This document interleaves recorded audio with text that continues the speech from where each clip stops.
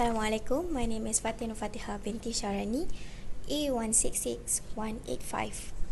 So, today in this video, I would like to share some sorts of cultural barriers of communication. First thing first is about a language, or as known as a semantic. Language is considered as the most crucial barrier in the cross-cultural communication. The language barrier occurs not only because of difference in language, but also in the form of a variety of dialect. One of the examples that I can give is Chinese and Russian language with different dialects are used in several parts of country. So, if one communicator is not aware of the exact meaning, it will create misunderstanding and lead to a conflict of ideas. So the second one is the stereotype. Stereotypes are any negative image or preconceived notions on a particular community and identity. These are created through mass media and their content agenda.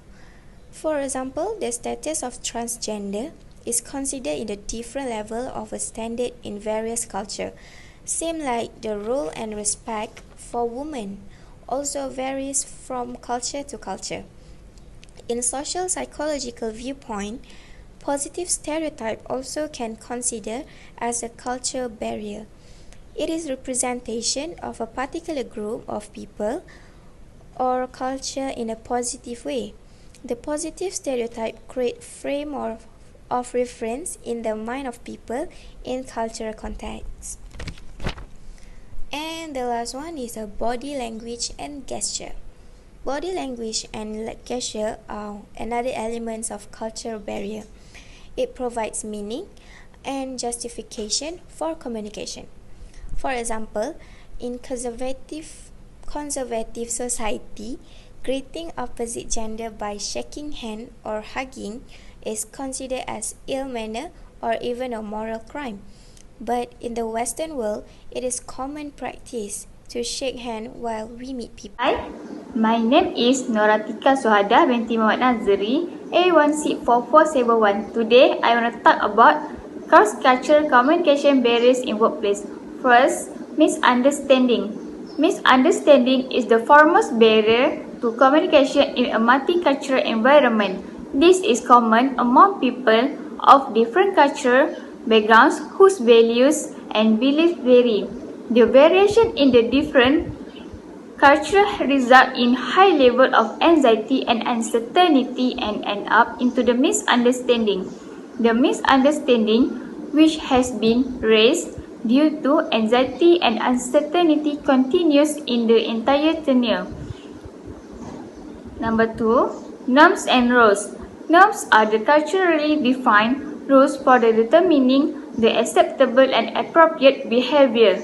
Individuals, they themselves frame rules for themselves and also expect others to do so. Each and every culture has its own norms and they have their own acceptable and appropriate behavior. People working in multicultural environment often fail to understand the norms of the other culture and act accordingly. Rules are a set of norms applicable to specific groups. In particular culture, different roles are assigned to men and women, children and parents or guardians, husband and wife. These roles vary from culture to culture, and in a multicultural team, one can find several violations of the rules. This further leads to anxiety and the communication process is interrupted. Last, beliefs and values. Beliefs and values are different from person to person in a globalized working community. Each and every person's belief and rules depends on his culture. The cross-cultural belief and value prevailing should be known to the person in order to communicate efficiently. Assalamualaikum, my name is Nur Marina, A166561. So today I want to discuss about different cross-culture aspect that might have caused misinterpretation and miscommunication, especially in company. So firstly is different style of communication. Whether you are working abroad or are required to liaise globally with college or business partner, understanding how to effectively communicate with people from all over the world is a key professional skill. So, communication is vastly improved when roles and expectations are clarified, and proper cross-cultural communication training has been implemented. This is especially important when managing teams from all over the world. Be aware of different style of communication. Some may be more direct than others, or only give feedback at a certain stage. The concept of high context and low context refer to how people communicate in different culture. For example, people in a high context culture such as in Saudi Arabia tend to place a larger importance on long-term relationship and have fewer rules. So people in low context culture such as at the UK tend to have a short-term relationship. So secondly is sign and symbol. Non-verbal communication cannot be relied upon in communication between people from different culture, as there is also different like language, sign, symbol, and gesture varies in different culture. For example, the sign thumbs up is taken as a sign of approve and wishing luck in most of the culture, but is taken as an insult in Bangladesh. The culture sets some meaning of signs, like the one mentioned above, which might not be same in other culture. So lastly is religion. Similar to ethnocentrism and stereotyping, religion also disrupt communications as it creates a specific image of people who follow the religions. People find it difficult to talk to people who follow different religion. Religious views influence how people think about others. It creates different in opinion. So that's all from me, and thank you.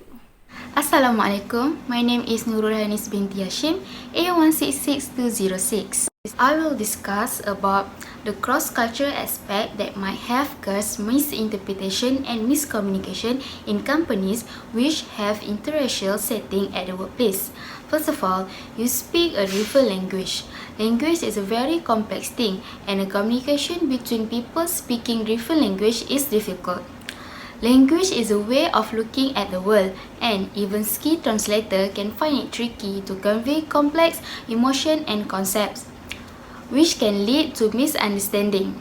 When you think about how often you misunderstand someone speaking your language, you can imagine how hard it is to get a full meaning from something a person with a different culture background is saying to you. The next one is inaccurate and hostile stereotypes. Inaccurate and hostile stereotypes of people from other places can be a barrier to communication in the workplace. Stereotypes are assumptions people make about the trait of members of a group. For example, a stereotypical American is thought to be impatient and arrogant, as well as friendly and tolerant. The danger is entertaining stereotypes is that an individual is thought to possess characteristics that are ascribed to the group. Obviously, not all Americans are impatient and arrogant, nor are they friendly and tolerant.